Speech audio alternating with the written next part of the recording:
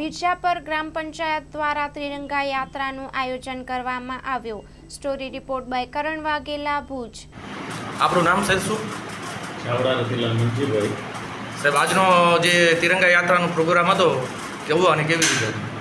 આઝાદીનું પર્વ આપણે જ્યારે ઉજવી રહ્યા છીએ ત્યારે એના આઝાદીના પર્વના સપ્તાહમાં ઉજવણી રૂપે આજે મિર્જાપર ગ્રામ પંચાયતની અંદર તિરંગા યાત્રા યોજવામાં આવી અને એ તિરંગા યાત્રાની અંદર બહોળી સંખ્યામાં ગામના લોકોએ ઉલ્લાસભેર ઉમળકાભેર ભાગ લીધો અને આમાં બાળકો, શિક્ષકો અને સર્વે વડીલો, માતાઓ, બહેનોએ ખૂબ જ હોંશભેરથી ભાગ લીધો અને આખા ગામની અંદર મેઇન રસ્તાઓ પર આપણી તિરંગા યાત્રા એ ફેરવી અને રાષ્ટ્રભાવનાની જે ઉજાગરતા કરવી જોઈએ એ આપણે ઉજાગર કરી।